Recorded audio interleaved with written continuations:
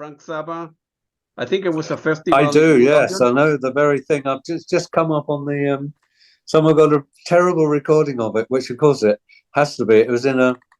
It was a tent. I think it's called Amage. It was on the border of Holland and Belgium or something like that, yeah. And very large tent. I think it was like a double, huge circus marquee with a great thing that went on. All these bands played. Many bands played, like the Nice and Soft Machine, and musicians like Artie Sharp and East of Eden and Caravan, and it went on and on and on. The Nice and WD and something else, and and Frank Zappa was there. The actual compere of it was a guy called Pierre Lattez, who was the actual John Peel of France. Okay, he was the number one, activist as far as being into the, entertaining side of music, the art side of it, just the popular job lot of it. And it was amazing seeing, because all the stage at one time was covered. It was a huge stage.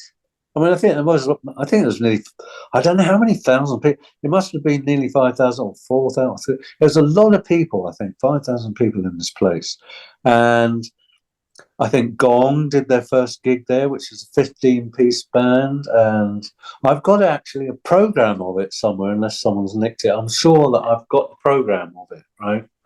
And it was an amazing event. I think it was a 2 or 3 day event, and Frank Zappa was there all the time, looking incredibly stoned, I'd say. And I thought he looked small there. He didn't look like a tall man at all.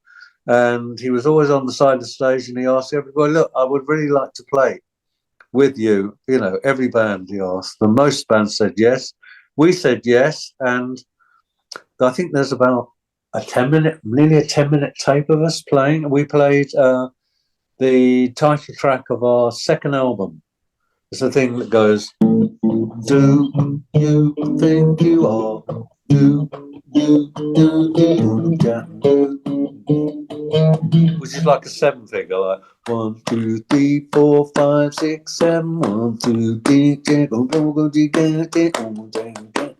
perfect for Frank Zappa to solo over one chord, okay? And of course, I mean, it was really creamed by David, because it's really an organ deal, and then Frank Zappa then was pretty angular to it. It's like someone sticking in starting a car with a handle, it's like, I think you'll find a tape of it. So it's actually a recording of it. I think I saw it on the Canterbury scene, in fact, on the Facebook. Yeah, it's gotta be some. And do I remember it? Yeah, fantastic day. I mean, there was band that was on two bands before us. Was a band called Germ, and I think it was like a 15 or 20-piece like acoustic instruments playing, and their thing was to play one note only. Okay. For nearly, they were supposed to be on for half an hour, and so it was like all very, modern type thinking for music, and so you got this sort of like, one notes, violin, and it's all going on, right? It only lasted for about, I think it got a bit iffy after about 3 or 4 minutes, and it didn't last much longer than that before people started to pelt the stage with cans, right? They didn't want to listen to one note. And what was on stage then was all the Nices, the Nice group, with all their Marshall equipment, like, a big pile of it. And so and they had a roadie called Baz then, right? And he was turning it all around so the backside, wasn't getting damaged. And this band had to stop. Then I think there was another band on, and then we got to play. Nice played, and then we got to play after that. Yeah, it was good fun. I think there's tape recording of quite a few numbers that we played. Very bad recording, because they would have been not from the desk, you know. Yeah, it would have been at those early days, 1969. People had cassette recorders, you know. Yeah. So it would have been on cassette, you know. I mean, it can be cheered up a bit digitally, but you know, I don't think digital cheers up anything. To be honest with you, it's like, you know, I hate it. It's like, you know, music in a box, a photograph of music. I hate it. I really like analog. In '77, you end up joining Camel. I was in Hatfield in the North. I made a few albums. That was a really good fun time. That for me was the most interesting band to play with. Really? Easily the best music for me. Very interesting, very discerning, quite a high level. And then, of course, no one really noticed that stuff then because everybody was still listening to that as they do now. The pop music is quite simplistic, isn't it? You know, some great singers, and some great writers and songs, and you know, but really quite simple stuff. You know, easy listening, which is why the money is okay. Unfortunately, so I always tried to make Hatfield easily listening. You know, I'm the T-boy that makes, you know, the singing T-boy in the band. Yeah. So let's talk about Camel. What do you remember about? I was up. Well, I'd left Hatfield in the North. I'd gone abroad. I went abroad on the expenses of Richard Branston because I said, look, I just don't have any money. I remember going in, taking my daughter Emily, who was very young then, a baby. I had a baby in London, and said, put her on. I said, look, you know, you're employing us, you know, to make albums and things. We need money to live, you know, and someone to organise concerts. And so I've got all articles and that. When I write my book, I can put all this stuff in it, you know. But it's like, so I went to play some music with David Allen and a bit of paper that I signed for Richard Branston and Simon Draper. I said, for an album untitled as yet. So I've written all this music. I've got an album worth called Untitled as Yet, you know. And I had some help from David Allen for some lyrics too. That's why I went out there and had a lovely month. Sold my ticket and went to North Africa to meet a girlfriend. And then, you know, I'd had a Dear John letter from my first partner in life, Pat, you know, who was on the golf course, dressed in PVC, and had a Dear John letter. Didn't even know what a Dear John letter was, actually. But David Allen said, you've got a Dear John letter. Don't bother to come back because you found someone else to be with, right? Which was one of the road crew of Hatfield in the North. And she was going to marry him. And so I came back and squatted in Canterbury and did music there in Canterbury, and things like that. And then I had a phone call. I mean, during this period of time when I left Hatfield in the North, I made a band, really only for one day, at Canterbury University, and I called it Sinclair and the South. I got my cousin Dave Sinclair to join it, and his guitar friend John Murphy, who lived in the same building as he did in Herne Bay, near Canterbury. And I invited Dave Stewart, gave me a call and said, hey, why don't you invite Bill Bruford? Ask Bill to come down if you need a drummer. You know, I'd already gone to see Alan Holdsworth to see if he'd come and join us, but he was having a bad time at the time. He'd just done some music with Jack Bruce, and then his wife. He split up with his partnership, so he was very depressed. So when I went up there, he didn't really want to do much, which is a real great shame. I would have loved to play with Alan, right? Especially with Bill Bruford, because he'd been playing with Bill Bruford in Bill Bruford's band, okay?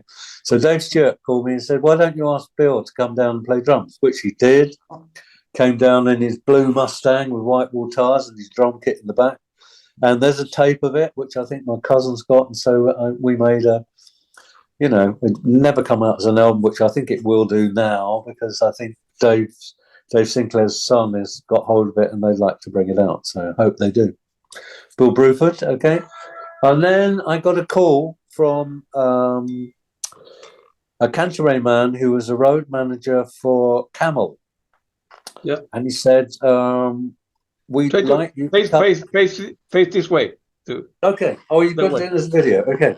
Yeah, yeah. I got a phone call from a guy called Laurie Small. Okay, he was the road manager for Camel, and he used to live in Canterbury. I didn't know him, but he's phoned up and said, Richard, Camel would like you to come and do some auditions because they want a bass player and singer for their next album, okay, which was called Rain Dances, okay. And so I had a very beautiful girlfriend then called Eve, because I'd split up from my family. We were in London. And so I was doing the rounds. Suddenly there was this queue of girlfriends, which was rather nice for me. And so I was invited down to Devon to their rehearsal place where they were rehearsing to do their album with Peter Bardens, Andy Ward, and Andy Latimer. They didn't want Doug, the original bass player, who was a great bass player. I don't know why they just didn't use me as a singer, really. But anyway, Andy Latimer wanted a more competent bass player able to play more difficult things, and the riff he wanted played was a track called Skylines, which in fact it's my title. I called it Skylines because it's like dum da doodle doodle dum on bass. It's dum da doodle doodle dum da doodle doodle dum da doodle doodle dum, which I could do easily on bass, and I could sing it more easily. But he played it on bass anyway. He'd already recorded that, okay, on the album. Yeah. So I got this job to go down there and try out with Camel with my beautiful girlfriend, which all their tongues hung out. This is and very nice, lovely music. I really enjoyed the songs, mainly because of Pete Bardens, actually. And Latimer is a fantastic blues rock soloist, and he's also a very good composer. With Pete Bardens, were fantastic. That combination, was very nice to be able to sing and play bass with. I was quite blessed with that. And it worked out. And they said, "Oh yes, we'd like to use you as session player on Rain Dances, do the singing and play the bass." So we went to the studios and made this album. And after it, they got to take that music on the road. And so I was being paid on a retainer then. I think about 60 quid a week or something, which is rather good news, And then we did lots of.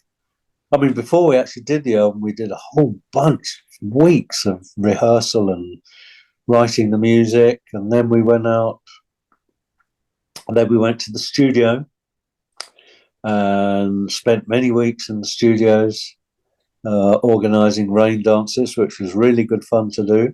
Yeah. And then we spent another few weeks rehearsing to go out on a simple tour around England, I think 12-date tour. And then to take it round, into Europe. And we went to Europe then and did lots of concerts in Scandinavia. We went to Finland and Norway and Sweden and the rest of Europe. Very nice. Very well organised. Very, very professional organisation. Mainly because of Pete and Andy Latimer. Very good at programming events and making sure everything's, it's the only time I've been like a racehorse. You go on stage at 9 o'clock, you come off at 11. There's always 3 encores. You're playing to 1,000 people a night. It's an Arctic vehicle carrying all the gear. You've got 9 road crew. You've got us in a coach, a big motor coach with beds in it if you want. Everything's organised. So very good organisation. So it's really good fun. Trouble is, same announcements every night, same music every night, all in the same order. What I've been playing in a band called Hatfield in the North that played a different set every night. When we drove to each concert, we either played it backwards, forwards, wrote the bits out, and so every night it was only about us sort of like achieving new design of music, So it wasn't for the audience, it was, for the music and themselves. It's amazing. So, luckily I was a singer and able to, I like looking at people when I sing and I get a good vibe back, especially from the people that dance and stuff, you get the rhythm from them. And and then it spreads out across an audience. It's really good fun, rather than looking at your instrument going, it's like, which I can do looking at someone else rather than the band. It's like, that's right. So after a while, after the second album, that ran out and joined Camel, which was the most amazing experience. Japan had been waiting. I mean, after the second album, which cost £76,000 to make, okay? And when was that? End of 77 into 78? That's a lot of money, Hatfield right? and North could have made 10 albums then. That's right. It's like endless perfection. Solo after solo from Latimer, while we were in Virgin Studios. It was costing a fortune, and we ended up baking, BTL, baking lettuce sandwiches and drinks and waiting for the thing to come together. And then at the end, of course, Pete wasn't in the band because they didn't see eye to eye. I managed to get a couple of strange bits of music on the album, which was, and also a couple of riffs and things. So, one's called Summer Lightnings. Summer nights here on the beauty. We'll talk about that. The other album before Rain Dances is Breathless, also on the live record. Second one, Breathless, yes. That's a very good album as well. I mean, I did too. I like all those albums actually, because I had such good fun singing those beautiful tunes. I mean, they're really, some of Pete's lyrics, Breathless is the most amazing song to sing. I mean, you think, the people coming from Hatfield, I think it must have made all the jazzers sort of, I'm just the crooner, in the jazz world. And as you mentioned before, the summer lighting is like 6.5 minutes or so, right? It's really nice. And the first it's a very nice piece, man. Very beautiful piece. Right? Thank you. I really enjoyed to do that because it meant I could get the rest of the band to sing. Summer nights here on the shoreline, meet again. Was it?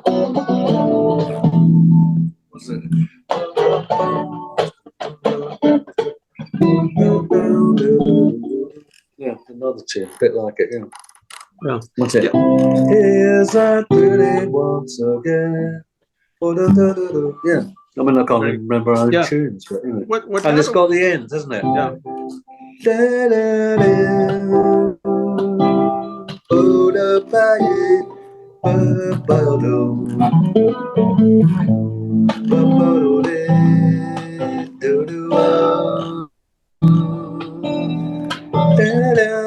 I wrote that as a guitar line in Caravan. Yeah. We were going to make an album in what did it come like? No, it came before, yeah. I'd already got that music.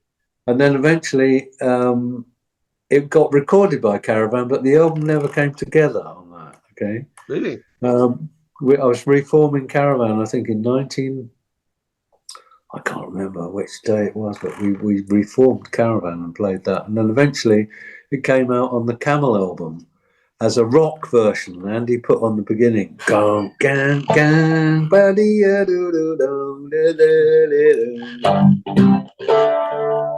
immediately, that's Andy Latimer, that is, Yeah.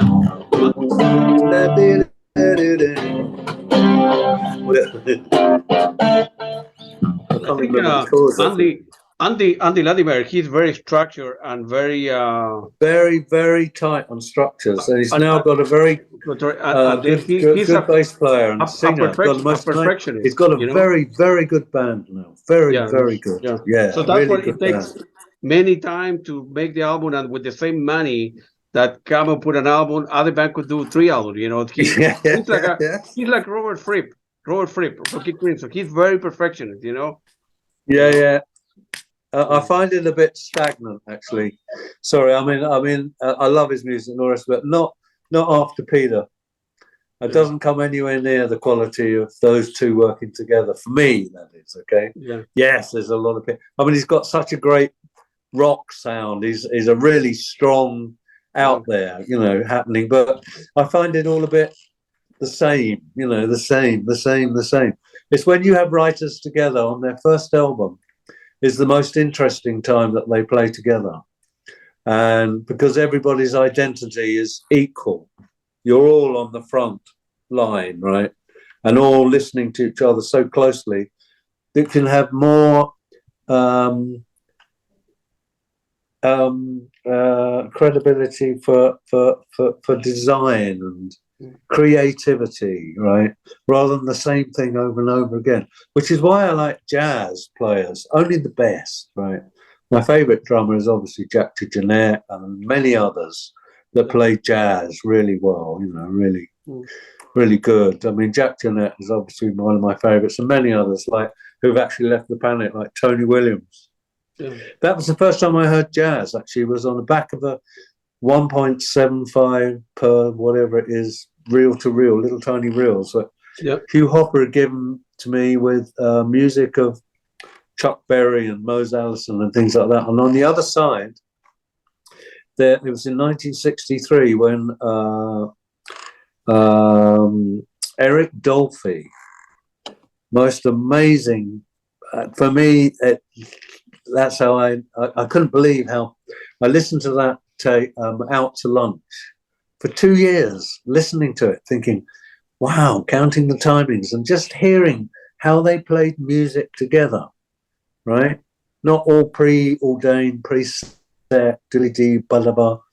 Okay, over melodies like boom, boom, boom, boom, boom, boom, ba-dee, boom, boom, and then Eric Dolphy, most amazing.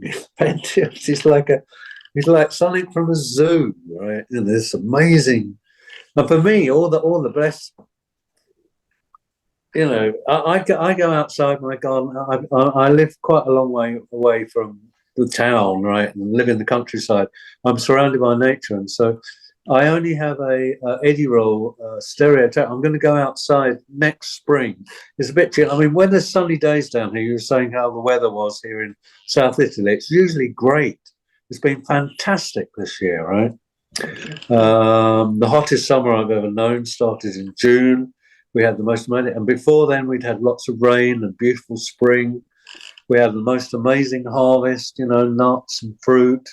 On my land, I've got cherry trees and nut trees, you know, hazels and walnuts and almonds and everything came, you know, herbs everywhere and diddly-dee. I just leave it to nature, my land, okay?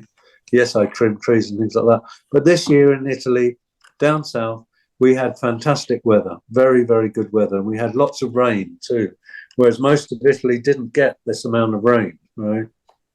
Yep. A lot of people suffering in Europe now. They didn't get enough rain, okay?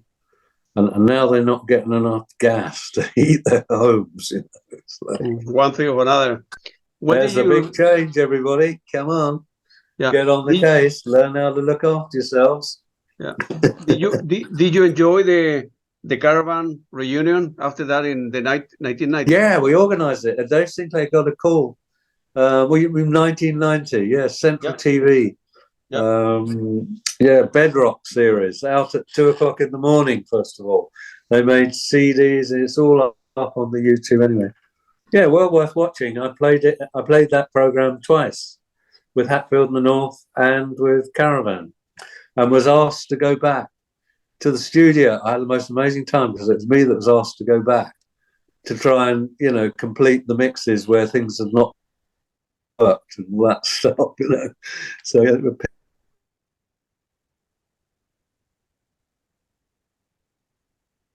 to a lot of people, right? It means they are communicating the music for real to the people, especially the people that are working there. Most amazing team I've ever worked with. Fantastic. Very good programs. Well worth a listen. If you don't know about the Canterbury scene, you can see Caravan reform, you know, how our characters have changed from we were asked to make the original band, you know. Fantastic. You know, I had to work at that to get the same spirit back, you know. Yeah. I was listening to before we go into Caravan again. Peter Barden. He is amazing guy. I mean, he was a very fine. He's the only pop star, real one, that I ever met in my life. Really? A real pop. He came from the band. He had his own band running before. Forget what it was called. Album with lots of half-naked ladies on it. Rather nice album. Much more into dance then. But then he worked with Van Morrison in Them. Gloria, you know, Grila, you know, Yeah. Gloria, which became a hit. And then his friends were Fleetwood Mac, Eric Burden. They all came to his wedding, right? I met all these people. It's like, I mean, they all became really heavyweight, you know, artists, didn't they? You know, they're called stars, aren't they? Pop rock stars. Yeah. Pete was the only pop rock star that I ever got to know well. You know, I mean, I know a lot of other famous people like Andy Summers and, you know, and all those people. Early days, Andy used to play a bit with Soft Machine. I remember playing with him, with Caravan. He came, I think we played Summertime at one of the clubs outside Canterbury called Bridge Country Club. And he was a fine guitarist. He always has been. Fantastic guitarist. Very, very good classical, very, very good jazz. Are you in touch with those people? They visit you? You visit them? Or not? I went to visit Andy Summers because he only half knew me because of that meeting in Canterbury. Okay, so I gave him a call, and it was just before Christmas when I was doing a solo tours around the United States. You know, it was one of the tours. I went to California, and one of the guys said, "Why don't you get in touch with Andy? Then he lives down in Little Venice. He's got a block there, you know, geodesic dome. He's got all his guitars and studio there. It looks up towards. You can see if you go in the geodesic dome, you can see up to, you know, the Hollywood Hills, the big sign, and all that, you know. So I went down there in this rather strange car and knocked on his back door at a certain time. You know, this huge block. Opened the door, and of course, you know, I look like that now, you know, rather than Barbie boy when I was in Caravan. And he just fell over backwards laughing. He said, "Oh, it's okay. Time takes its toll, you know." So I spent a day with him there with my one guitar, which he was very interested in, as his roadman, I forget his name now. Oh, is it Henry or something? He had 200 guitars he was putting away for Christmas. All amazing guitars, you know, and 2 grand pianos in this place. So I had a very nice time with Andy. But that's the last time I saw him. But, you know, yeah, I really liked it. I mean, I like his style. He was masterful in the Police, wasn't he? Brilliant. Unbelievable, yeah. That band, sure. Man, it's amazing. Yeah, it's amazing. Yeah, the great time. At this point, you end up forming your own group, Caravan of Dreams. Caravan of Dreams, I started right after I was asked by a company in England called HTD Records. And of course I invited Andy to be in my band, and my cousin Dave Sinclair, and Jimmy Hastings, and one of the crew members of Hatfield and the North played bass very well, a guy called Rick Biddulph. And I made this band called Caravan of Dreams, which, after taking Caravan to Italy for the first time in their lives, I got to know the president of the concert we were doing. It's called Rock in Umbria. It's one of the biggest rock concerts here in Italy, and also Jazz in Umbria. I think he was the president of that. And when I got invited back with Caravan of Dreams, a man that was alive then, Sergio, which was his main manager for all the rock concerts and things like that, he said, "Look, you must come and stay with the president in his 800-year-old castle," which my wife and I did, Heather, and we went to stay in this 800-year, just outside Perugia, and sort of, you know, landed good, so to speak. You know, it's like I was taken around parts of Umbria which I never would have seen. Fantastic place. It's a landlocked province in Italy, and it's got some wonderful historic buildings and places where they do the jazz. I got to go and see I did a nice concert there. This is why I live here in Italy now, because lots of people came from the south of Italy. They came all over, about 800 people to see Caravan. And then, of course, the same number came to see me when I did Caravan of Dreams. And I'd only ever seen Italy on postage stamps when I used to have this collection of these most amazing stamps with these beautiful pictures of Italy with those, upright trees, whatever they call them, and wonderful castles and wonderful stamps when it was lira, so many thousand lira. Remember in my stamp collection. So when I came here for real, and Caravan did in 1990 and did that show, I had the most amazing experience. It was like a wonderful place to be. What a respectful place it is, for each other and the type of food that they really demand, what they grow. I mean, where I live down south now, it's because I had a phone call from one of those people that came up from South Italy to see Caravan, and then particularly to see me, because I was a member of Hatfield in the North and Camel and all that. And they followed all those bands as boys, as students, usually drummers or whatever. And he was the man that lived in one of the towns close to me called Fano. And they have the Kennedy Theatre there, where they have Fano jazz every year. And so, first of all, I was doing Caravan of Dreams for my second visit in 92, and I was going around North Italy with my band. I don't think it didn't have Jimmy in then. It had Dave Sinclair and Rick Bedoff from the Red Crew, Hatfield on bass, me on guitar, and Andy Ward on drums. And we went round, and I was going to make a concert for a recording for a company called Mellow Records, and we did that in Genoa.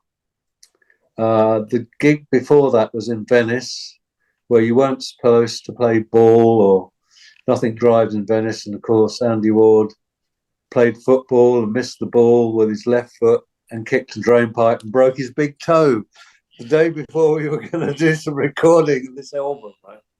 Which was amazing. We recorded it and all the rest of it after 4 other prog bands had played. It's ridiculous, Didn't know that was going to happen. This guy, Mauro Moroni, total criminal. Sorry, he's just a total criminal, really is.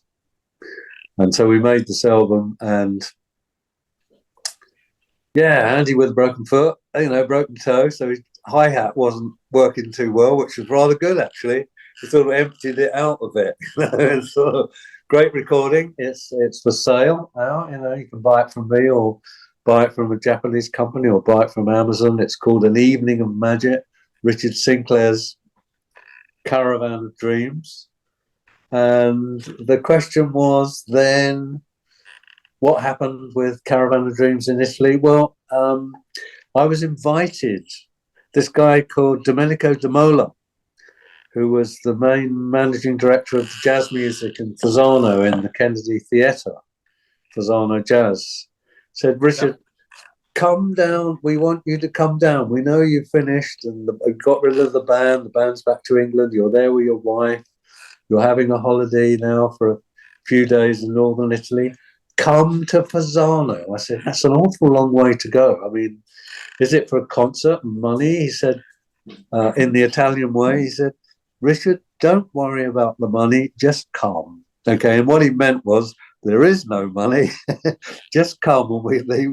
And of course, we drove all the way down through Italy because I had a brand new Toyota Space Cruiser then, which is like a bed on wheels, only with a cool box in it. And so my wife and we stopped off and went up mountains and all the way down the west side of Italy. Eventually went up and looked inside Vesuvius, and then came across to Fano and met these guys on Selvaletri Beach at 4 o'clock in the afternoon, and there they were.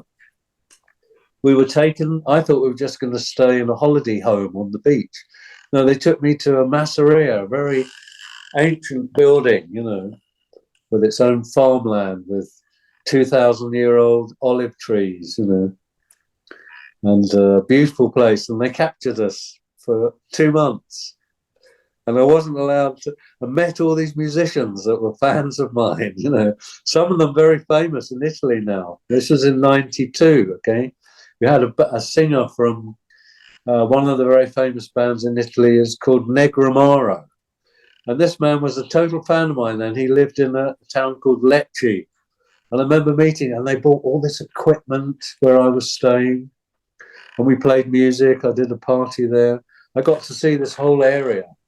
And the place I chose to live then, which I didn't get to till 2006, this was like 92.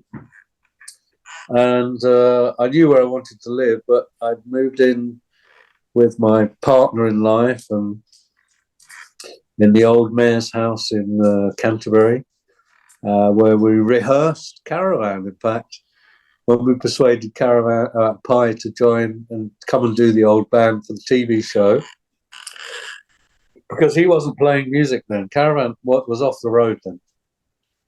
And Jeffrey Risson was in the band, but he decided he didn't want to join us, which I thought was really sad, really. You know, I don't know why he didn't want to do that. Jimmy did, and we did the TV show. And that's why I live in Italy, really, because I had such a nice time with Caravan then. And then, you know, I came back with my own band, which was like great, even better for me, because I really was able to stay with the president of the Rocking Umbria, and I got to meet all these.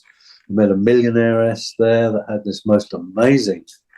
It was called Villa Cardinale. I mean, it's an amazing building, 500-year-old fresco, most incredible, with its own stables, its own secret garden that was completely overgrown. Okay. My wife and I got invited to stay in the gatehouse there. It's a magnificent place, you know, which we did for a little bit. And I was asked to then, after being filmed for Caravan of Dreams at the concert and all that,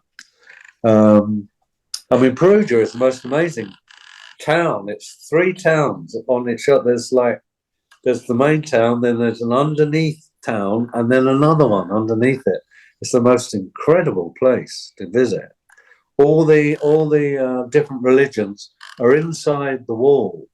So on Saturday and Sunday, it's the most amazing din of all these different religions kicking off. You know, it's not bells, it's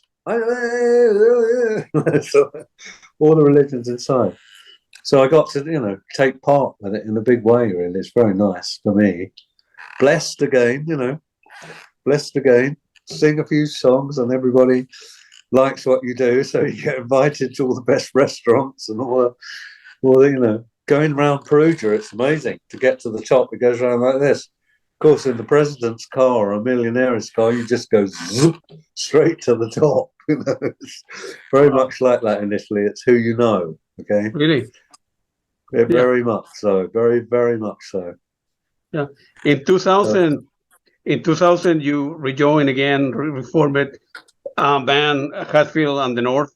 That was because I had a band then called RSVP, and I was playing in Portugal. I'd taken the band Andy Ward, who hadn't played for 2 years. I said, come and play with the people that you really would like to play with. That was Theo Travis was in my band, Alex Maguire, who was in Pip Parr's band, Bash, but I only knew Alex then as that. And Phil Miller, who had his own band called In Cahoots, and they were not playing at the time. And so I invited them all to go down as a 5-piece band to play in Gouveia, up a mountain in Portugal, which I have a couple of DVDs of, which I'm going to bring out, actually. But while I was there, and we played a nice concert and had fun, the man from Fasano, who'd invited me down in 92. This is 2000 and when was it? 2000 and it was early in 2000 that I had RSVP. Well, in the 90s maybe even. I can't remember. He said no, it was in 2005 when I was playing in Gouveia, and Domenico De Mola phoned me up and said, Richard, I'd really like your band to come and play in Fasano Jazz. Okay. I said, yeah, great, good. I said, but I'm going to need a drummer because Andy Ward didn't really do drumming anymore, really. He had a bad time at the concert, you know. that was the last concert he did. You know, I'd actually got him out after he hadn't been playing for 2 years. He had a problem, you know, mentally to go on stage and all that. He'd got the same, you know, this paranoia of having to drink too much, you know, and whatever, to get the confidence to go on stage. And so he had to stop playing that. And, you know, medically treated for a depression, almost like a depression, really. But anyway, dear old Andy is still on the planet. And so, and Domenico De Mola said to me, yes, can you ask Pip Pyle, who wasn't playing with Phil Miller for some time then. He had played in Cahoots, but to get those two boys back together is like, oh, it's a good chance to do this. I said, yeah, I'll phone him up straight away. And Pip said, well, yes, I'd like to do it. So then when I spoke to, my band was called RSVP, so I thought my band was going to play there. So no, he said, I want you to call it Hatfield and the North. So really, Domenico De Mola started Hatfield and the North again. Of course, they all said yes, because they weren't working, and it meant that they could earn money and do some concerts around Europe as well, not just in Fasano Jazz. At the time, actually, Pip Pyle had a terrible situation with his back, where he'd had an operation on it, and he could only sit on his drum stool for 30 minutes before he had to stop. And so we took two drummers down. The drummer from In Cahoots is called Mark Fletcher. He's a London session player, a very good, one of the top session players in London. He played in Phil Miller's band In Cahoots, and he came down too. So it was like a six-piece band on stage. Theo on sax, you know, sax and flute, Theo Travis, Pip Pyle on drums, Mark Fletcher on drums, Phil Miller on guitar, and Alex Maguire, who then was part of my band, but then it was called Hatfield, became the keyboard player for Hatfield and the North, okay? Yeah. And we did a nice concert. In fact, I'm just going to pick up the tapes of that and bring it out as hopefully a DVD, right? I've got all these things to do now. I've just recently been in touch with Domenico De Mola, who's got lots of tapes of me playing at Fasano Jazz, you know, with different bands. Richard Sinclair's birthday band, Jimmy Hastings, and another Canterbury musician called Dave Rees-Williams, a very good keyboard player from Canterbury, classical jazz. You know. So yeah, I mean, you know, I've been pretty blessed by the people I'm able to play with that actually want to play my music. So yes, David and I managed to get Pye to reform the original Caravan in 1990, right. And then Hatfield did it, but without Dave Stewart. Didn't want to do it, and so Pip Pyle got his girlfriend then, Sophia Domazic, to come and play, and Phil Miller. And we made a Hatfield concert, which is on the Bedrock series of Central TV, which is CD and DVDs and digitally up on the, you know, I think you can get it from everywhere. Nice things to listen to. Actually, listening back to it now, they're really good programs. I mean, I took part with both those programs in the 64-track studio afterwards, because I had to go and repair a singing part on one of my tunes called Halfway Between Heaven and Earth. And really, it's visually the most interesting time, because my bass amp packed up on the solo just before the whole song. And my bass sound was coming out of Pip Pyle's monitor up on the rostrum, okay?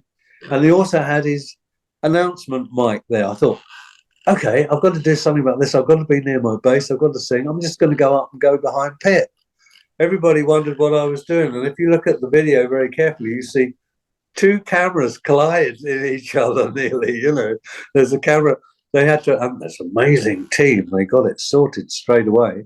But I had to go back to the studio after I'd done the Caravan one to go back and help with the mixing of it, you know, the presentation. Well, it's a visual thing. And so I had to go back and sort a bit of singing out, which is the most fantastic thing to do when you work in a 64-track studio that's all automated. You know, it's just an amazing thing to do, because I can do it really quick. I can sing exactly what I've sung, you know, over, Yeah. so people can't even tell that I've sung it. I used to do that in analog studios, no problem at all. So, well, now can you do it? I said, just done it, you know. So tight that it hardly phased, you know. By the way, what happened? You mentioned last time. What happened to your record collection? You still have it, the vinyl, or no? I've got for sale. I've got my original pressing. I gave to my mum, a Caravan of Dreams, Caravan, album, which is in mono. Okay, it's one of the really rare ones, and I'd like to sell it to the highest bid because I'm really short of money. I live off emergency money at the moment here in Italy. Okay, I'm not doing that many concerts.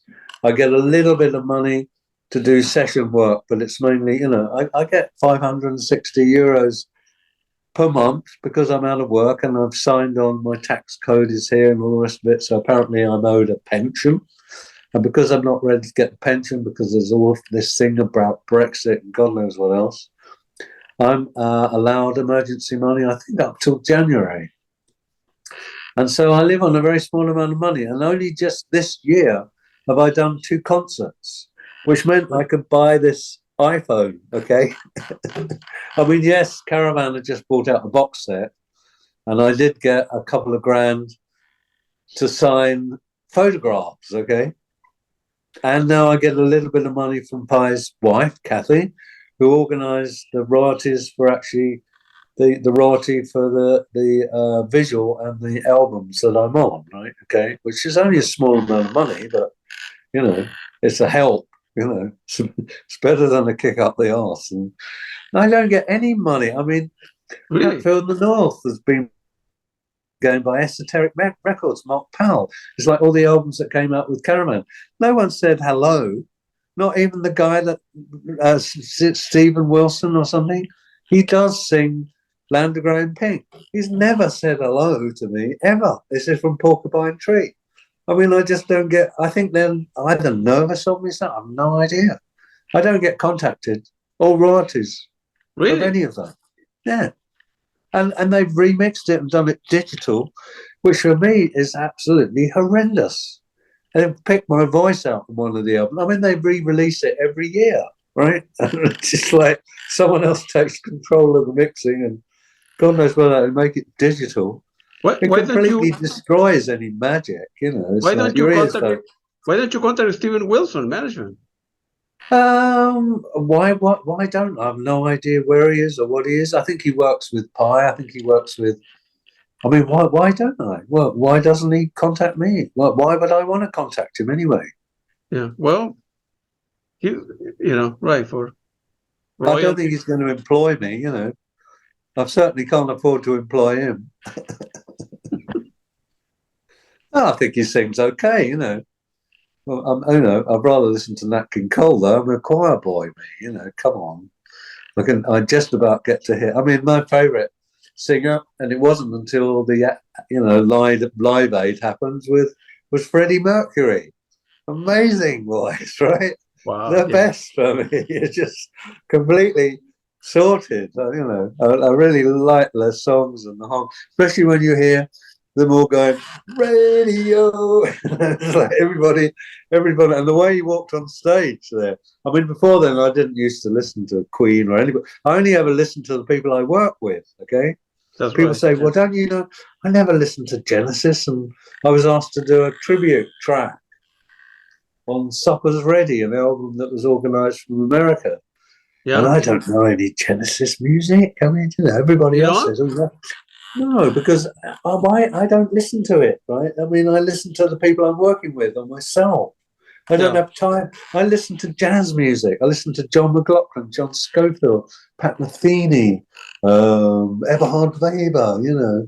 Yeah, all these other great bass players. There's hundreds of fantastic bass players, not just Jaco Pastorius, who also his best playing for me was with Joni Mitchell, you know, Lyle Mays and you know, Michael Brecker and Pat Metheny and Don Elias. I mean, that's my favourite band. 1974, check it out. Joni Mitchell. I mean, show me a band that plays as well as that and a bass player that can play with the singer as well as that. I don't know one. Right? Fantastic. Jacko playing with Joni Mitchell. Oh. Still get goosebumps even talking about that. He's got such an amazing timing and touch and sound, tuning second to none, and the actual, inventive, master, and then he blew up, decided he really was the number one. Started waking up everybody in the early hours of the morning, all the great people. It's an amazing video of that, all about Jacko's life. It's worth check it out. If you're a bass player and haven't looked at that, check it out. Ugh. But there's hundreds of great bass players. I'm not so keen on the technical ones. Okay, I like the ones that sing. You can hear they're singing that, and I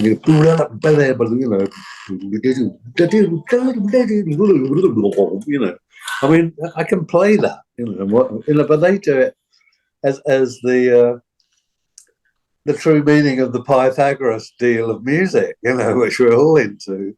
They use it for real. I mean, that's the Pythagoras' example is the nearest to the most magic harmonic thing you'll hear just walking out in the countryside. That's in harmony. The planet is in harmony with itself. It's only human beings that struggle. Yeah. Okay. Do you have any comments on your participation in the documentary Romantic Warriors? Canterbury. They phoned me up and I did some stuff and did a comment on it. Yeah, I mean they did a good job. Blah blah blah. DDD. I mean, for me, that isn't the Canterbury scene. The Canterbury scene is my dad, my granddad, and all the other musicians that were real Canterbury musicians. As Robert said, it's quite a joke from him. It's great. He said, well, look, we're just a bunch of tourists, which is what Canterbury is about, really. I mean, yes, how does it relate? Why does this Canterbury thing have a thing like the Beatles is the Liverpool sound, Canterbury scene is Soft Machine, Gong, Caravan, and everybody else that we played with, especially me. Kevin Ayres, Robert Wyatt, David Allen, they're all great songwriters, and they write with that scale, These are the notes they use. There's only 12. 2, 3, 4, 5, 6, 7, 8, 9, 10, 11, 12. And then you've got the octave, okay? So you've not got that many, you just got octaves of those notes, okay? And if you don't practice and sing them, then what the bloody hell are you doing? You're reading off something that, paper doesn't send sound to you. It's just mathematics, okay? So lots of people play that by mathematics. It's you can hear the people that are singing what they play. Jeff Beck, there's one for you. What are you working nowadays, Richard? What am I working on now? Yeah. Other people's music still. I've got a lot. I'm working on making new albums. I'm helping other people that have got a little bit of fame to make their music, making sure they can get it placed in record companies.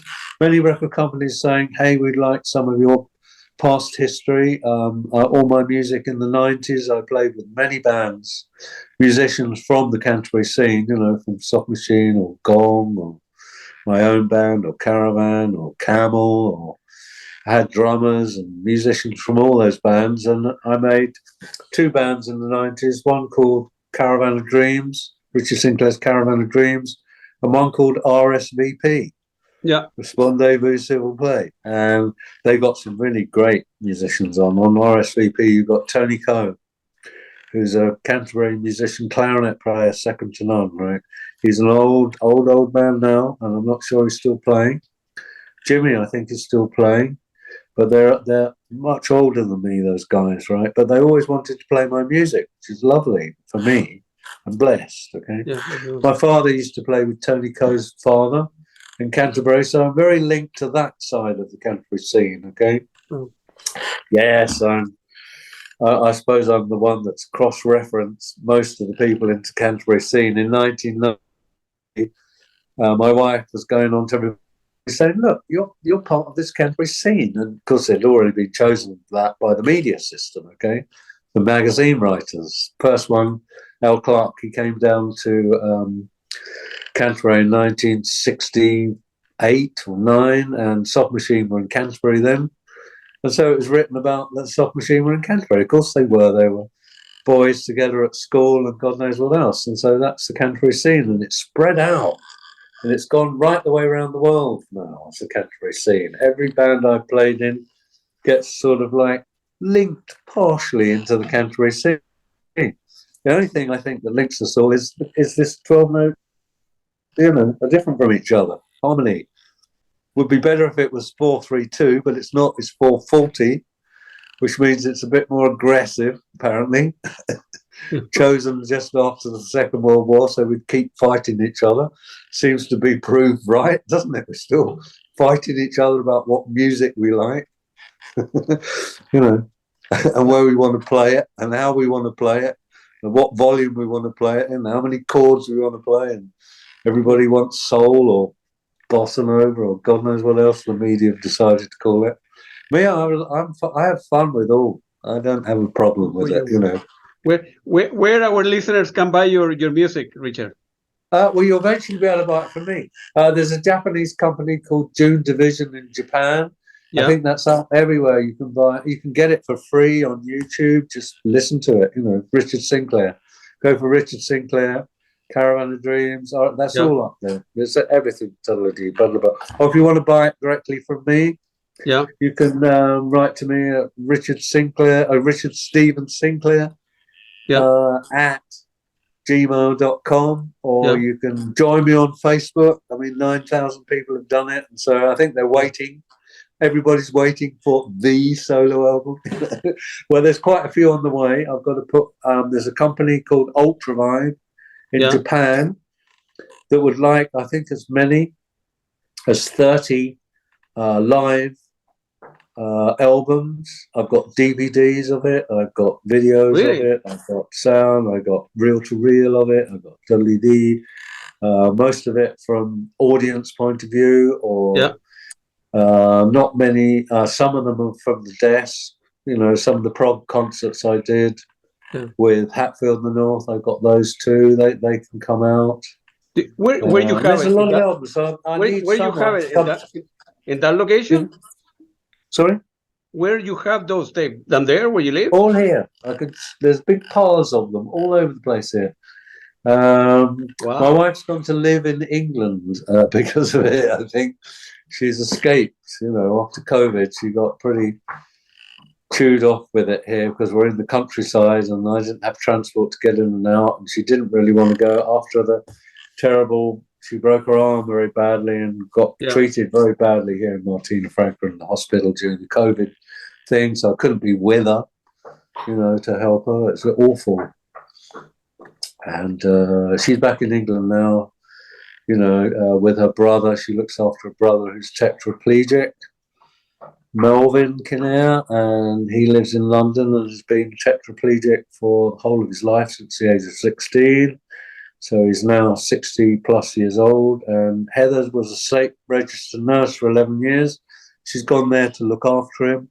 Yeah. He needs care staff every day. He's got 2 other care staff, and so she'll be there till next spring. So I've got to find someone and get an internet system up here so we can communicate to the rest of the planet and also use computers here. Someone to come and work with me, so I'm going to probably advertise that on Facebook, say, hey, anybody want to come and make some albums and things, make some money in the future from the advance monies that this albums will get. There's people local here that are saying, oh yes, well, we can do this, but of course everybody's got different day jobs and stuff.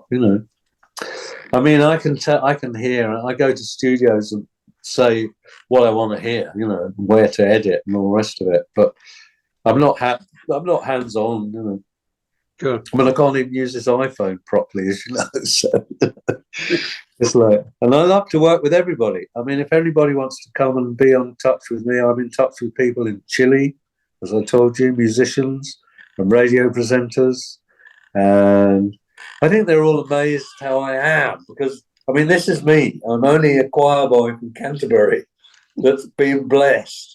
But I've been able to play with all these people now that are, well, I'm blessed because I'm sort of a little bit famous with all those people, right? And all those bands. I'm very blessed. I'm very blessed that I'm talking to you, Richard. And, I'm blessed to talk to you too, right? Because I get my inspirations when people come up and say, "Oh, they really like those tunes. They really like the singing, things like that."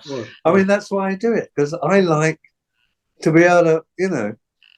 I mean, that's what entertainment's about. Okay, you know, if I studied a bit more, I could read music and just get it quick. But I prefer to learn it by ear and sing stuff that, you know, people want to enjoy. And you don't know they're enjoying it until people come up and say, "Look, you affected my life at a certain time," and da-da-da, dee-dee-dee, and we felt the same way. Well, I mean, it's only emotions, you know. A girlfriend loves you, and you say, "Well, this isn't the right time. I've already got a wife, and okay, we're split up, and diddly-dee." And you write a thing like it didn't matter anyway. Diddle-oo. We'll meet again some other day, Bono. Until then, goodbye. You'll be in my dreams. And so that affected quite a lot. It was like singing a tune like "Tell Me" in Camel. I get a lot of requests for that. So, tell me everything, you know. Don't be afraid to give yourself away. I mean, the lyrics are just, and the playing by Pete and Andy is just fantastic on that. Pete Barnes, great songwriter. Absolutely. And so I was blessed to go and join Camel and sing all those beautiful tunes, you know, because it introduces that music through the sound of me. And there's quite a few people say yes, you know. There's quite a few people go, thumbs down to my singing in Wilde Flowers.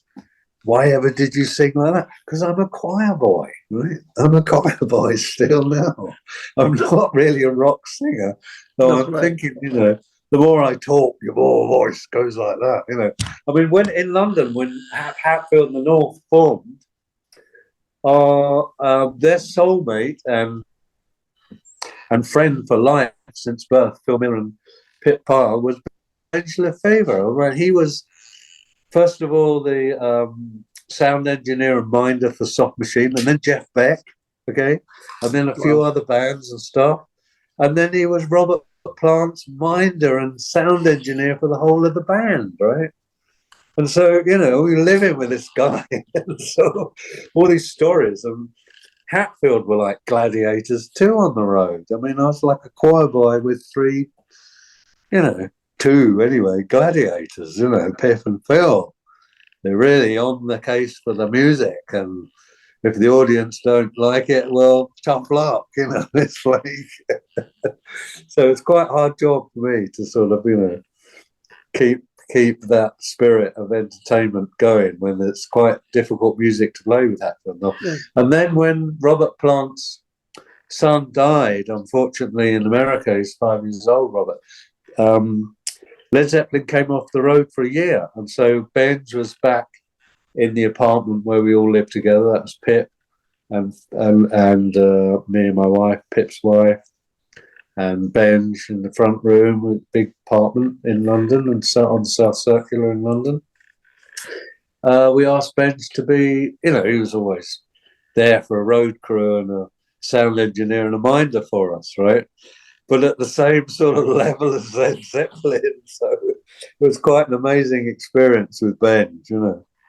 I remember going to a restaurant and one of the first concerts we played in France, after driving all the way down through France to Bordeaux. The first concert was in Bordeaux the next day, and we went out for a meal on the day of the concert, Benj and I.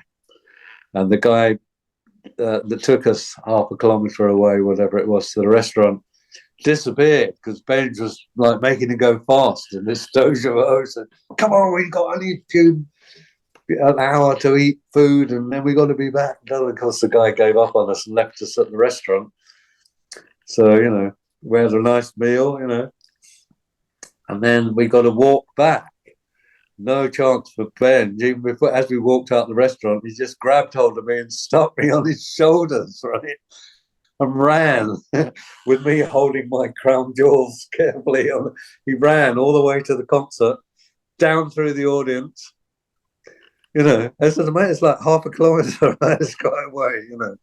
3 or 5 minutes of running with me on his shoulders, and then swung me around and put me in front of the mic and went, sing! And then went back and the show started, right? It's great. Really good sound engineer. The best, right? The best. And the best minder for a concert. Yeah. And I know, Richard, it's getting late for you, so it was very nice talking to you, Richard Steven Sinclair. Yeah, good stuff. Yeah. Sorry if I think I'm going. You have so many stories to tell, so I think I want to call you. Too many, Sunday. yeah. Every Sunday at 2 o'clock, I will call you. You have to do it, yeah. Get people to contact me too. That would be nice. Email or Facebook. Join me on Facebook. There's 2 sites. One's Italian. There's one sitting with. They're both pictures of me. Yeah. The earlier one is early days, and that's the Italian one. But right to Richard Sinclair with I'm sitting there with a big jazz guitar. Okay. A D'Angelico, and it's a big. And I've got a summer hat which has got Italy written on it. Right. Just get them to join me on Facebook, because I love to do this to everybody on Messenger. Okay. You bet. It's the reason why I'm on Facebook. I like to hear their news, okay? That's right. Like I like to know about you. And I find having real news is the best way to go on planet Earth. I don't believe anything on the radio or the TV. I mean, yes, it's partially true, but it's not how people are, are in those countries, really. Right, Richard, so I really love to hear, especially from musicians. That's right. They want a singer and a bass player. I'm here, right? It was very nice talking to you, Richard, man. Nice to talk to you too. Good luck with all that. And I will call you next Sunday. We'll talk. You call me next Sunday on Messenger any day of the week. I'd love to talk to you. I'll talk about Chile. Well, we'll talk about Chile. I've got a few people down there too, and a few other radio presenters in America. There's some really fine people like yourself. Yeah, thank you. I appreciate it. Thank you. Thank you very much. Have a great evening. Thank you.